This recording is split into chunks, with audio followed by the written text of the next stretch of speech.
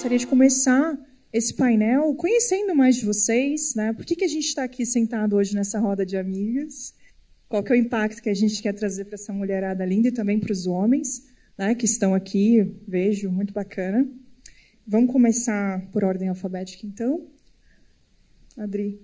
Olá, pessoal, boa tarde. Boa tarde, Lô, que é mais fácil. Fica à vontade. Queria agradecer o convite, agradecer a Nubank, agradecer as minhas colegas aqui. É sempre um prazer participar de conversas como essa. Estou muito feliz de estar aqui. Muito bacana ver também alguns rapazes, porque é isso, pessoal, vocês ainda são a maioria, a gente precisa de vocês para mudar essa história. Então, muito legal tê-los aqui também. E falando um pouquinho, então, para vocês da minha história com a tecnologia, preciso começar confessando que foi por acidente. As minhas pretensões acadêmicas eram totalmente outras. A minha primeira faculdade foi em Ciências Sociais na USP. Eu quase fui bailarina e eu estava lá fazendo faculdade, escolhendo se eu ia seguir carreira de bailarina ou se eu ia seguir carreira acadêmica, que eram as minhas pretensões ali quando eu decidi estudar sociologia. E acabei caindo num estágio de tecnologia na HP, ali no final dos anos 90. Então, já façam as contas aí, já são bem mais que 20 anos de tecnologia.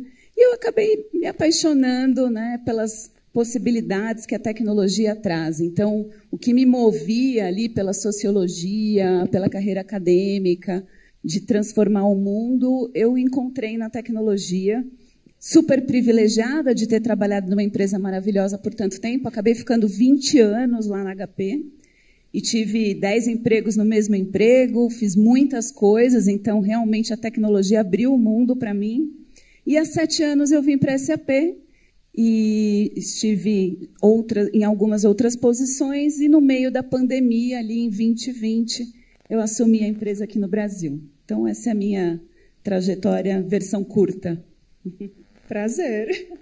Eu adorei a tua fala, porque eu acho que a tecnologia ela transformou a vida de muita gente, né? As meninas falaram, a Al comentou que eu sou fundadora do Women in Cloud, que é um programa que eu desenvolvi como voluntária na AWS para capacitar e posicionar mulheres no mercado de trabalho. E eu faço isso desde o dia 1 da minha carreira corporativa. Como a gente pega essas chaves que transformam as nossas vidas, a nossa rotina, os nossos sonhos, enfim, o nosso sucesso, e a gente abre as portas para outras mulheres, para outras pessoas, de forma geral. Então, é fantástico que você está aqui com a gente compartilhando isso hoje. Lu, vamos lá? Gente, muito boa tarde. Obrigada pelo convite, obrigada pela apresentação, por estarem aqui, né, dividindo esse momento. E queria começar contando quem eu sou, né? Eu sou a Lucila, eu tenho 41 anos. Eu adoro comer, eu adoro cozinhar, gosto de viajar, gosto de cachorro, não sei se não me deixa mentir. E eu gosto muito de gente, muito. E eu acho que, durante a minha trajetória, antes de contar a parte, né, de por onde eu passei, eu queria contar e dividir um pouco do que eu aprendi. Acho que a gente tem momentos da vida em que a gente olha o trabalho buscando um propósito que tem que ser algo muito enorme, né? Como é que a gente cura o câncer, né? Se a gente não está fazendo isso, a gente não está fazendo nada de significativo. E nesse processo, né, de amadurecimento, de olhar para dentro, entender o que me motivava, eu, de fato, entendi que o que me motiva é trabalhar com gente e ver as pessoas crescerem. E criar ambientes em que as pessoas consigam ser, de fato, o melhor que elas podem ser. E isso, desde então, vem direcionando muito a minha carreira, né? Eu comecei minha carreira no Itaú, em produtos de pessoa física, onde eu conheci algumas das pessoas que eu encontrei aqui hoje. Fiquei lá bastante tempo e fui entendendo que eu queria ter um ambiente que eu pudesse também empreender, né, que eu pudesse criar coisas do zero e como é que a gente podia trazer para clientes experiências diferentes. Eu passei um tempo pelo HSBC, em mundo de pessoa física também, que era algo que ainda precisava ser muito criado do ponto de vista de qual era o propósito de valor que a gente levava para um cliente aqui no Brasil. Fui para a Accenture, numa época em que eu lembro que eu fui estudar Design Thinking, e isso explodiu a minha cabeça. Eu falei, meu Deus do céu, é isso, né? A gente precisa mudar a forma como a gente trabalha, tem que mudar como a gente pensa em pessoas reais, que a gente está criando serviços para pessoas reais, né? A gente pensava nelas muito fragmentadas, né? Um cartonista, um correntista, e como é que a gente pensa em seres humanos. Fiquei lá 6 anos, também já encontrei algumas pessoas aqui que eu estou super feliz de ver. E aí comecei a me apaixonar por cultura organizacional, por transformação organizacional. Né? Vocês devem estar falando, mas como ela é CEO se ela não falou de tecnologia até agora? CIO se ela não falou de tecnologia até agora? Porque, para mim, tecnologia sempre foi muito fluido nessas conversas. Né? Tecnologia como um habilitador de negócio, um habilitador de transformação, um habilitador de como a gente constrói coisas de um jeito diferente, resolve problemas de um jeito diferente. E já estava lá morando em serviço financeiro, vocês podem imaginar que eu devia estar no painel anterior, eventualmente, né? Quando apareceu na minha vida Nutrim, que é uma empresa de distribuição de insumos agrícolas, e aí me brilhou o olho, porque eu sou super curiosa, eu falei, eu não tenho a menor ideia do que eu tenho que fazer nesse lugar. E cá estou, há 2 anos e meio, agora cuidando de toda a área de tecnologia, que passa por produtos, design, dados e agilidade, pensando como é que a gente trabalha de uma maneira muito diferente para servir agricultores e agricultoras que têm o pequeno desafio de alimentar o mundo. Né? Então, acho que é um pouco do arco da minha trajetória. Boa tarde, obrigada pelo convite, prazer estar aqui. Já estou vendo a diversidade aqui no painel, são experiências, né, bem diferentes, segmentos diferentes. Eu queria primeiro mencionar uma referência. Eu venho de uma família pobre do subúrbio do Rio, e por que eu menciono isso? Porque isso interfere muito no meu modo de agir. Né? Tive um pai que sempre me empoderou demais, e a Carol falou aqui no início, né, ela foi para a faculdade numa biblioteca, e eu tinha, para ter mais livros, eu ia na biblioteca pública, eu sempre estudei em colégio público. E valorizo o conhecimento, sempre valorizei por essa influência, e tive um pai que sempre falou para mim, o que você quiser ser, você conseguirá. E seja independente, não dependa de homens, você tem que seguir o seu caminho. E eu falo isso porque a minha história como tecnologia sempre foi na indústria. Eu passei por siderurgia, eu passei por mineração, e hoje eu estou no transporte de combustível, são áreas extremamente masculinas. Falou-se aqui da participação na mulher, que caiu, né, no mercado de trabalho, na média, né, caiu alguns décimos percentuais, próximo de 40%, mas no segmento de indústria isso representa 25%. E esse empoderamento me trouxe algumas características que eu acho que me ajudaram muito no sucesso, no que eu me tornei. Uma é a autenticidade, uma é a gente ser fiel aos valores e ser fiel à nossa essência. Então, se colocar. Se a gente começa a mudar a essência, não tem diversidade, a gente não contribui em nada. Então, acredite no que você é, traga a sua posição. Então, acho que isso é uma coisa que me ajudou bastante. A outra coisa é sempre aprender. A gente não para nunca, a gente tem que estar com a cabecinha aqui moldável, né? Aquela coisa bem massinha para estar aprendendo o tempo inteiro. A resiliência e a perseverança também são muito importantes, porque quando a gente quer transformar e fazer alguma coisa diferente, vai ter resistência. Porque há uma resistência natural, nós seres humanos. Mudar nos tira da zona de conforto, nos traz insegurança.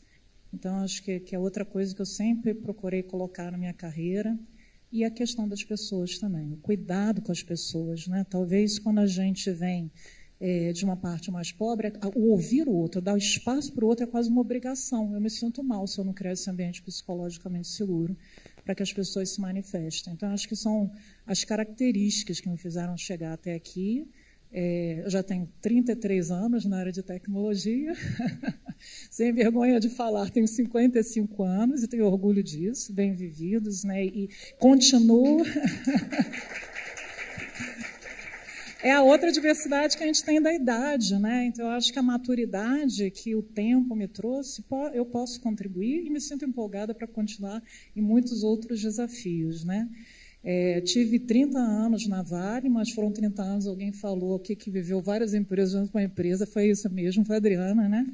Então, eu fiquei sempre, a cada 3, 4 anos, eu trocava de área, eu fiz projetos de Globo RP, que você vê empresa de helicóptero, eu fui a tecnologia para operação, eu ia em campo, eu via lá coisa acontecendo na usina, na mina, na ferrovia, como faço hoje na Transpetro da própria forma. Então, essa aproximação com o negócio também é essencial, me motiva o valor para o negócio, é ver acontecer a tecnologia gerando valor, né, para o negócio e para as pessoas. Né? Tem esse propósito de impacto positivo aí nas pessoas. E os homens, vocês veem como vocês são importantes para formar mulheres empoderadas, tá? Então, isso é uma troca, mulheres e homens formarem as mulheres do futuro nesse sentido. Muito bom, Marcinha. Obrigada. Bom, tem uma pergunta aqui para todas vocês. Queria receber a perspectiva de cada uma em como vocês veem o futuro da inteligência artificial e da tecnologia no contexto brasileiro e global, especialmente em relação ao desenvolvimento sustentável e à responsabilidade social das empresas. Bom, gente, eu sou uma realista otimista, né? Na minha vida, no meu trabalho.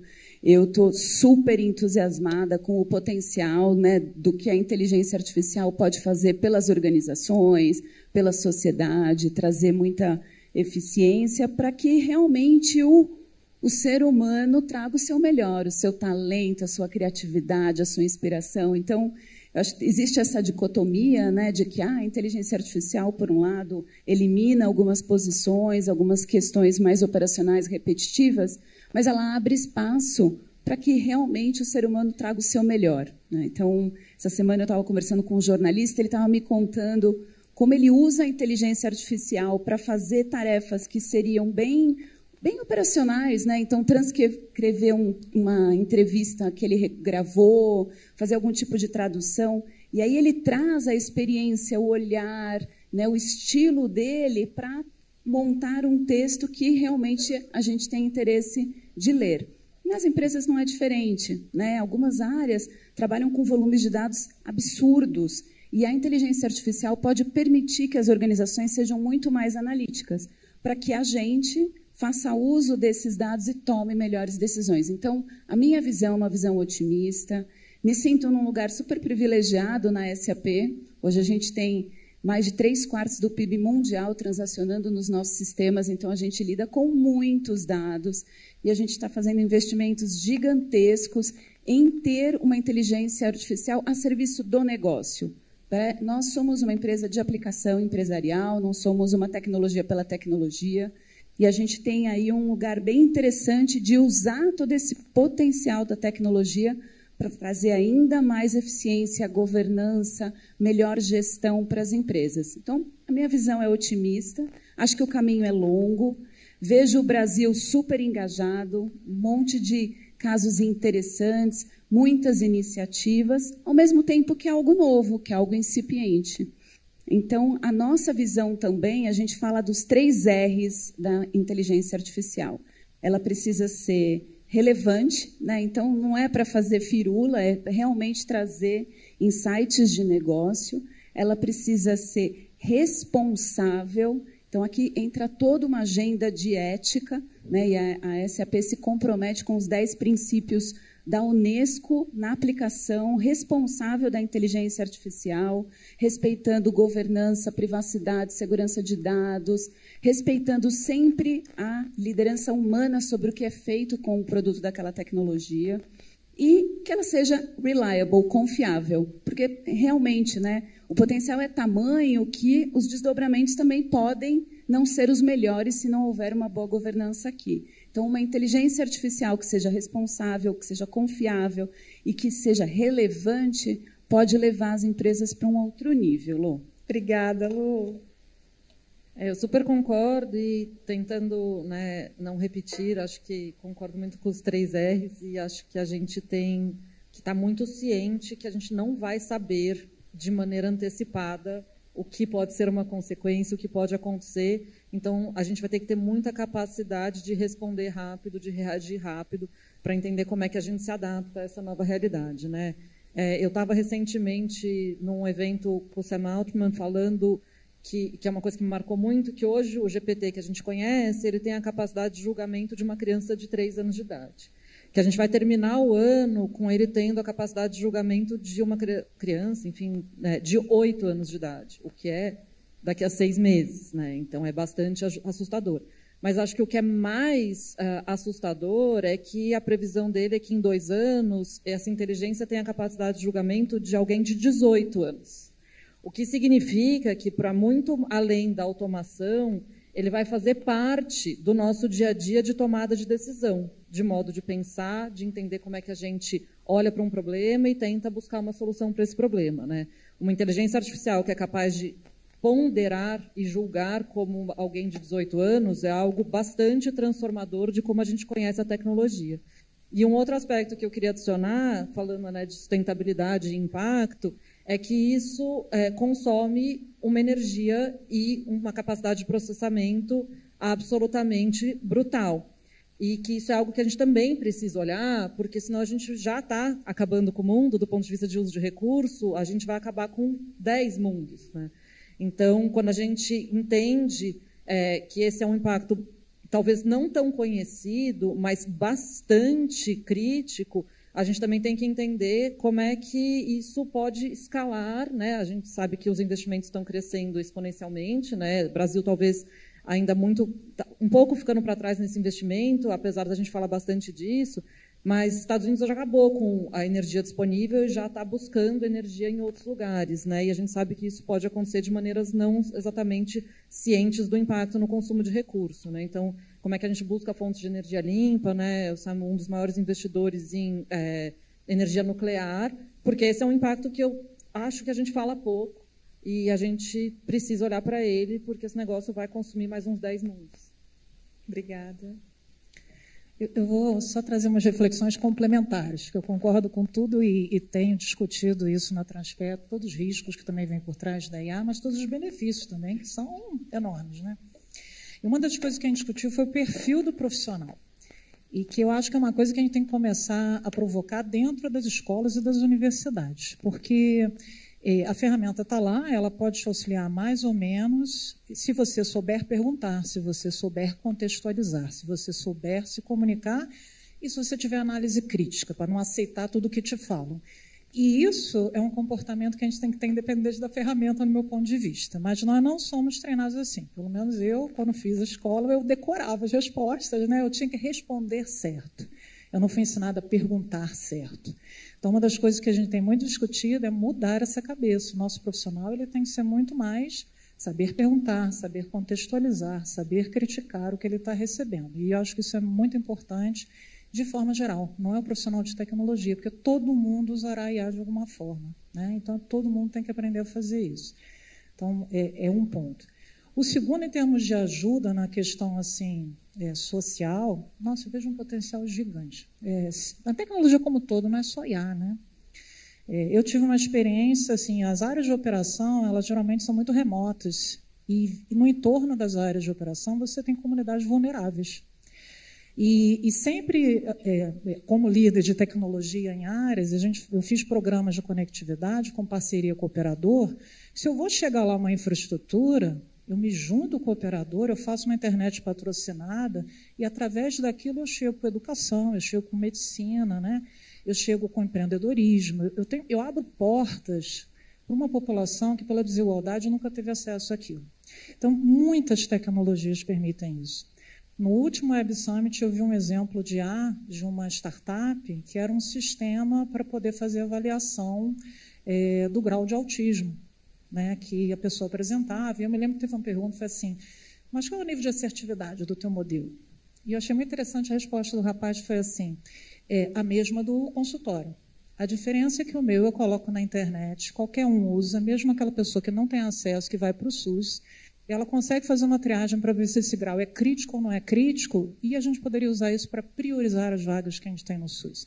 Então, eu acho que é uma forma de pensar que tem muito para agregar, e as empresas, né, a Transpetro, onde eu estou, a Vale, elas são muito engajadas nisso, as empresas estão abertas a fazer esses investimentos.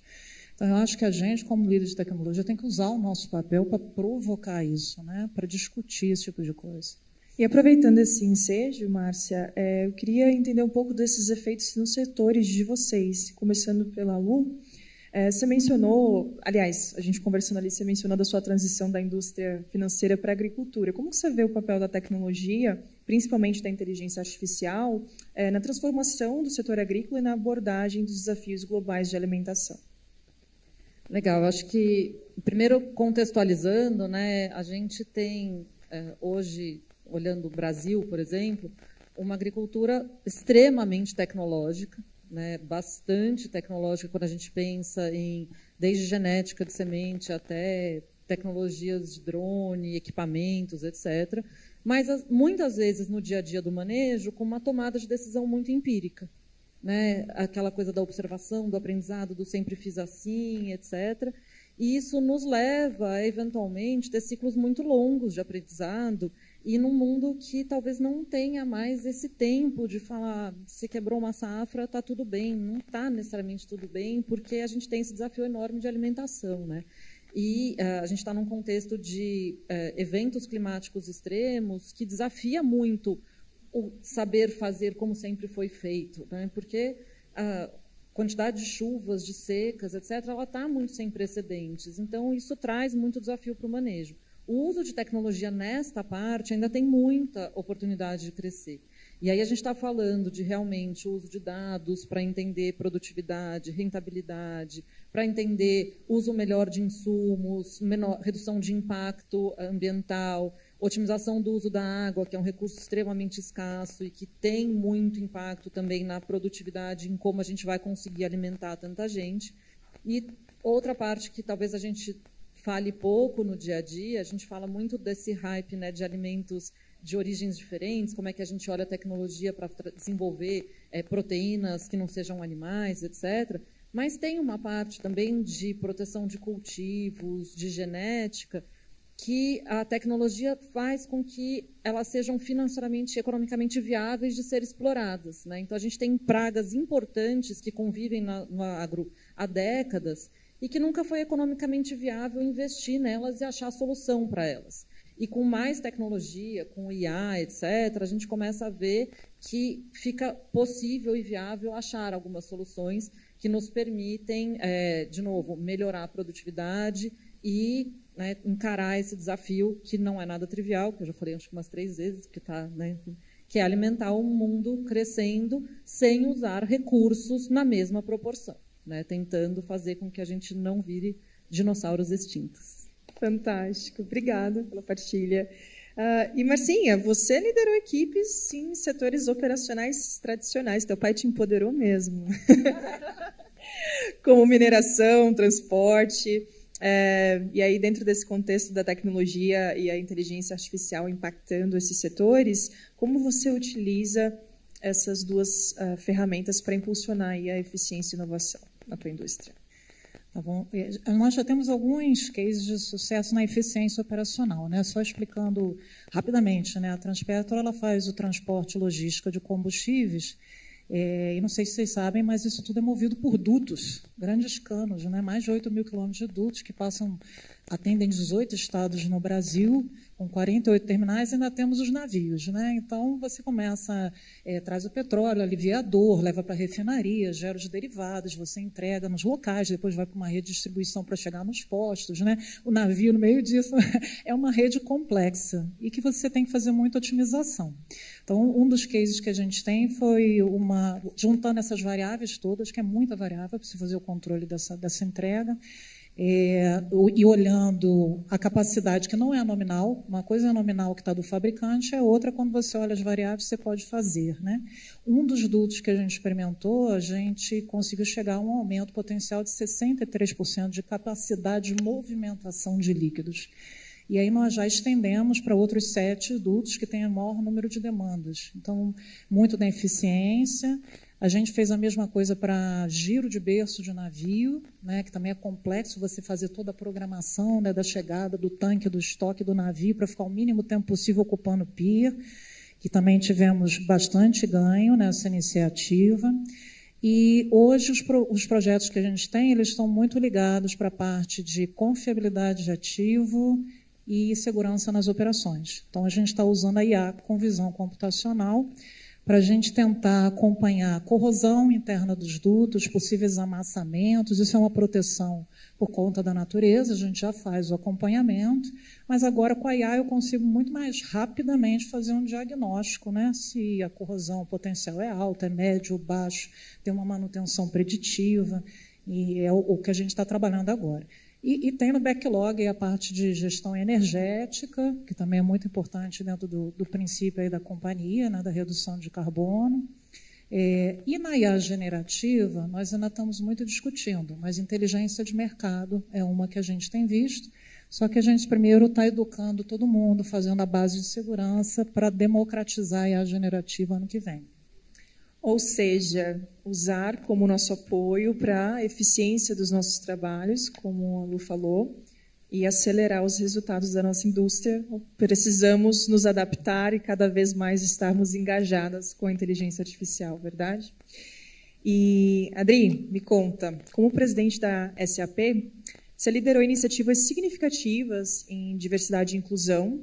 Como que você vê esse papel, então, da tecnologia, da IA, acelerando essas iniciativas? Bom, essa agenda de diversidade e inclusão é close to my heart, é super importante para mim, até como uma mulher sucedendo outra mulher à frente da SAP, né? A Cristina Palmaca foi presidente da SAP no Brasil por 7 anos, e eu assumi a empresa, então me sinto numa super responsabilidade de continuar impulsionando as meninas, não só dentro da SAP, de todo o nosso ecossistema, nossos clientes. Já encontrei aí algumas de vocês hoje.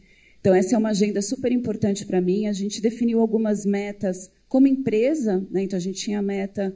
A gente tem ainda a ambição de paridade, né? De que dentro da SAP a gente tenha metade, se é assim no mundo, por que não ser dentro da empresa?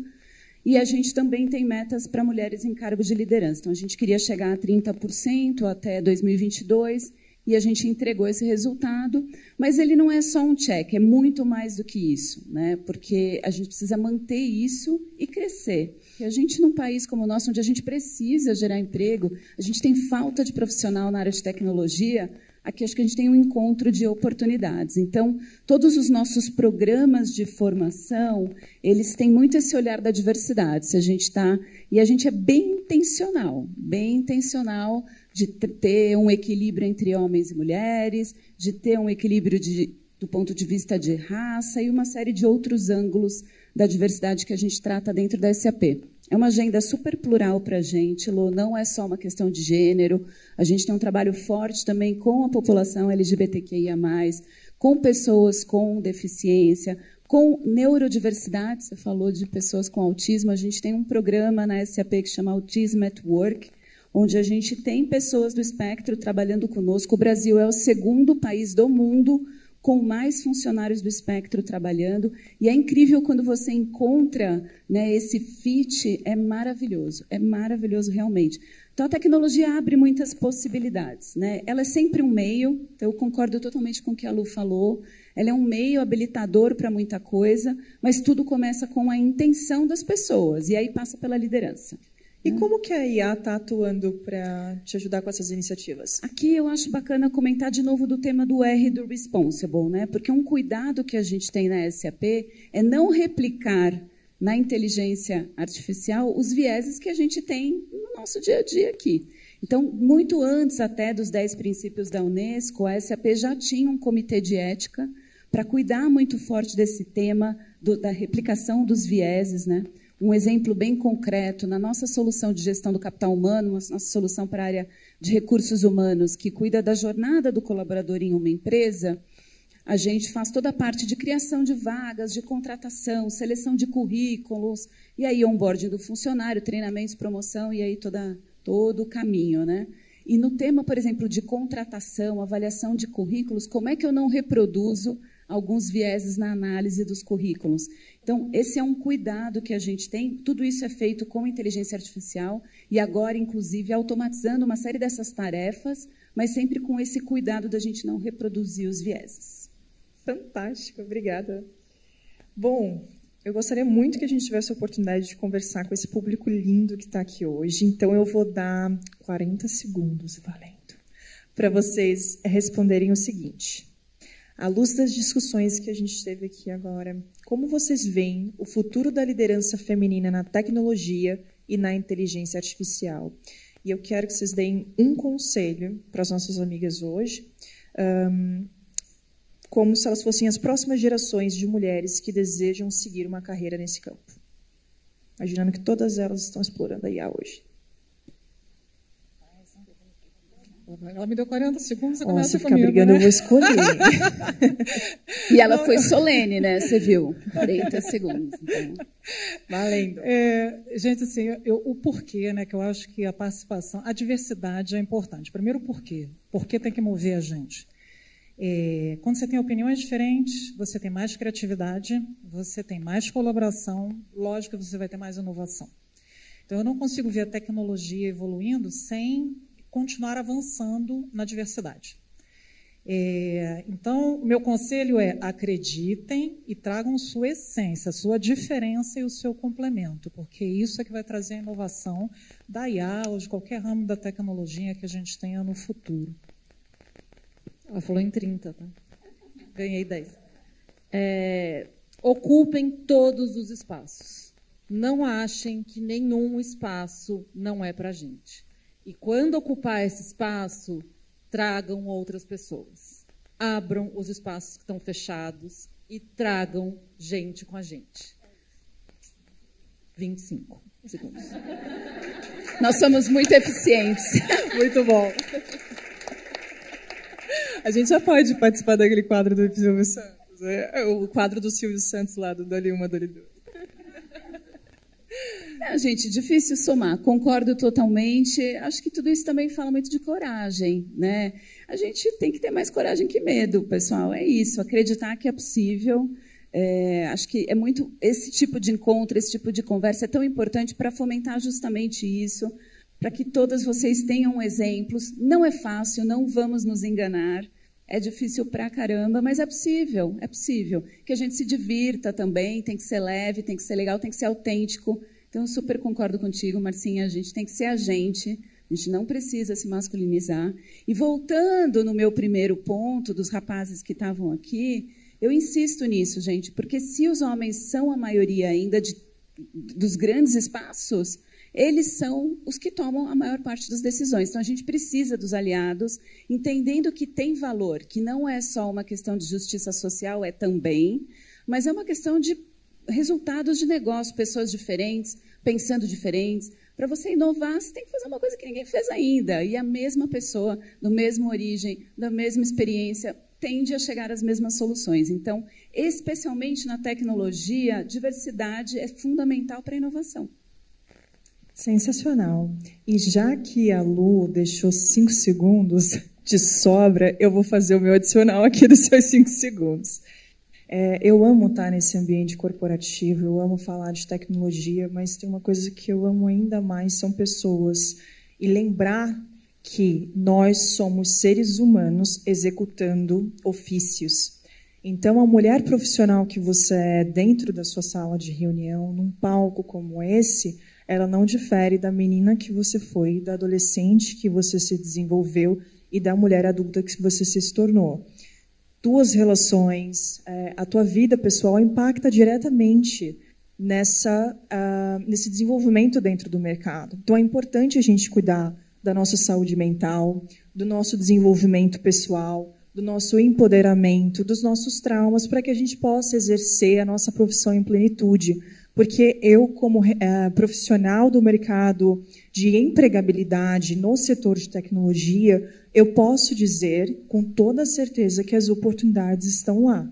Por algum motivo, elas não estão sendo ocupadas. Então, esses espaços que elas pediram que vocês ocupem, eles estão esperando pela mulher que você precisa se tornar para alcançar. Continuem em desenvolvimento pessoal de vocês. Não adianta tirar 50 certificações se você não souber vender essa certificação. Se você não souber se posicionar, realmente confiar no teu potencial e se desenvolver. Eu acho que eu tomei 10 segundos ou mais, desculpa. Mas eu sou moderadora falsa. Depois, hein? Beleza, a gente ainda tem 6 minutinhos aqui para curtir com vocês. E aí, alguém tem alguma pergunta para essa mulherada maravilhosa? Opa! Alguém vai ajudar com o microfone? Show! Oh, meu Deus! Boa! Estão ouvindo aí, pessoal? Bom, prazer a todas, né? Eu sou a Gisele. E eu acho que uma pergunta que a gente tem que se fazer é como que vocês imaginam... Consegue falar aí? Acho que tá. Foi agora, né? Obrigada. Acho que uma pergunta que eu me faço, por conta da IA, a gente tem muito fake news, informações que são geradas de maneira pela inteligência. Com isso, até quem também trabalha no mundo financeiro tem fraudes envolvidas. Então, qual que seria uma mensagem de vocês para nós também como líderes, pontos de atenção, que tem tudo um lado muito bacana da IA, que transforma nossos negócios, mas quais são os seus pensamentos, ou o seu pensamento todo dia, quando você toca uma tecnologia, qual o risco que ela traz para a sua empresa? Obrigada. Para quem é a sua pergunta? Pode ser para a Adriana. Eu acho que eu vou voltar no meu ponto da tecnologia responsável. Desculpa, teu nome? Gisele. Gisele, da tecnologia responsável, né? Isso é uma paranoia para a gente na SAP, do ponto de vista de segurança, do ponto de vista de confiabilidade dos dados. A inteligência artificial dentro de uma empresa é muito diferente do chat GPT aberto ao público, que, como aqui a Lu comentou, tem a capacidade de crítica de uma criança de 3, 4 anos, né? Uma empresa tem que ser absolutamente responsável por tudo que ela faz, pelos insumos que levam à tomada de decisão. Então, esse tema do R do responsável é muito sério, é muito, muito sério. Então, por cultura, né, dentro da SAP, a gente tem uma paranoia de dizer as coisas como são e de sempre cumprir os combinados, que são um dos nossos 5 valores. Eles também se refletem no tema de inteligência artificial. Então, quando eu penso nisso, eu citei para vocês o exemplo do jornalista, me dizendo como é que ele usava e tal. Ele diz que a IA, às vezes, até inventa coach, né, de coisas que alguém disse tal coisa. Como é que você valida, né, as informações que estão na internet? Isso é muito sério. Isso passa por responsabilidade. Portanto, as empresas, para muito além dos objetivos financeiros, elas têm responsabilidades socioambientais. E isso faz parte da sua responsabilidade social de uma empresa. Ela tem que ser absolutamente responsável pelo que ela produz. Então, eu acho que passa um pouco por aí, pelos valores da empresa e da nossa responsabilidade como líderes, né? Obrigada. Mais alguma pergunta? Ai, meu Deus, alguém me ajuda. Pode jogar mesmo. Pode jogar mesmo. Mas eu acho que é... Obrigada. Beleza. Olá, tudo bem? Na verdade, eu queria mais ouvir a opinião de vocês referente a um post que viralizou no LinkedIn, referente a um comentário que se referia a AI. Eu quero mais que AI lave a minha louça e passeio com meus cachorros do que façam os meus posts ou a minha criatividade.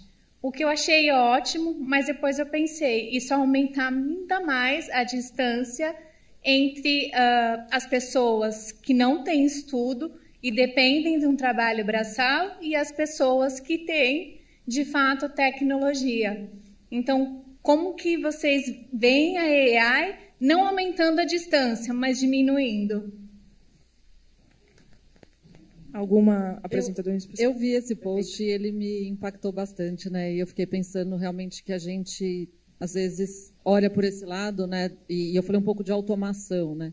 E obviamente o impacto da tecnologia ao automatizar atividades, a gente tem que olhar para todas as consequências disso e como é que a gente vai manter as pessoas, né, capacitadas em desenvolvimento para que elas tenham funções e ocupações. Mas eu tenho tentado olhar para a IA também como um fator de redução desse gap, né? Dessa coisa de como é que a gente transforma a educação, de fato, em algo acessível. Né? Como é que a gente vai conseguir usar uma IA generativa, por exemplo, para desenvolver conteúdos no ritmo das pessoas. Né? Escola, para mim, é um negócio muito excludente do ponto de vista de todo mundo tem que aprender do mesmo jeito, no mesmo ritmo, né? E certo e errado é muito binário, né? Então, assim, fazer prova, como a educação é desenhada e quanto mais a gente vai para populações menos privilegiadas, mais padrão existe e, por consequência, mais excludente ela é. E aí eu acho que a gente tem que olhar para essas tecnologias e para a GenAI como é que a gente muda isso? Como é que a gente traz educação para cada criança que hoje, eventualmente, não tem acesso no ritmo dessa pessoa, dessa criança, da forma como ela vai entender e da forma como ela vai se desenvolver para que a gente consiga mitigar esse risco no longo prazo. Eu acho que no curto prazo a gente vai sofrer muito consequências que a gente não gostaria, a gente vai ter que saber como responder, ao mesmo tempo que a gente olha o longo prazo e pensa em mudar essa realidade. Obrigada. A gente ainda tem alguns segundos. Você levantou a mão ali, alguém pode jogar o dado para ela? Vou jogar na frente. Oi, gente. Boa tarde. Eu sou Etiane. Eu vi vocês falando muito sobre inclusão, diversidade. É uma pergunta genérica, tá? Vocês três poderiam responder, porque eu queria saber seu ponto de vista corporativo. Algumas das empresas de vocês têm programas voltados para incluir surdos na TI, por exemplo, porque a gente fala tanto de inteligência artificial, de tecnologias assistivas, e a gente trabalha com TI. Então, a tendência, por incrível que pareça, é que os jogos eletrônicos, os fones, que a gente está cada vez mais conectado, que o problema de audição no mundo cresça exponencialmente, com a mesma velocidade, inclusive, da inteligência artificial. Então, eu queria saber, tem algum programa de inclusão? Temos o programa de inclusão. Nós agora fizemos, por exemplo, um concurso, estamos recebendo e você tem que conversar com cada um, porque a pessoa tem que ter liberdade para falar sobre a deficiência dela. Então, está na mesa realmente o uso de tecnologias, né? Até nas próprias plataformas de colaboração você tem essa possibilidade de fazer todas essas conversões, né? Para texto, visual. Então, existe. Na Vale, a gente já fazia isso e tinha um processo que ficava uma pessoa que falava Libra e passava num celular para ela participar, interagindo de algumas calls e conversando. Então, existe. Eu não sabia dessa questão, dessa projeção de crescimento da surdez em função dos equipamentos. Faz sentido, mas não sabia. Tá? E é muito mais do que isso, né? Essa questão do autismo, né? Também, agora você consegue detectar. Muitas vezes, no passado, nem se via a questão do espectro. Se ela podia impedir a pessoa de performar ou de não. Né? Então, tem isso, sim, de várias tecnologias para a gente tentar trazer. O ponto é que você precisa primeiro receber a pessoa, deixar ela à vontade, ela compartilhar as limitações dela e aí você oferecer as ferramentas. É como a gente tem trabalhado. Obrigada, Márcia. Bom, chegamos ao fim do nosso painel. Foi muito gostoso. Realmente, a outra moderadora comentou, né? Dá vontade de ficar aqui o dia inteiro conversando com vocês. Obrigada pela confiança de conduzir essa conversa. E é isso. Uma salva de palmas, por favor, para as nossas mulheres. Gratidão.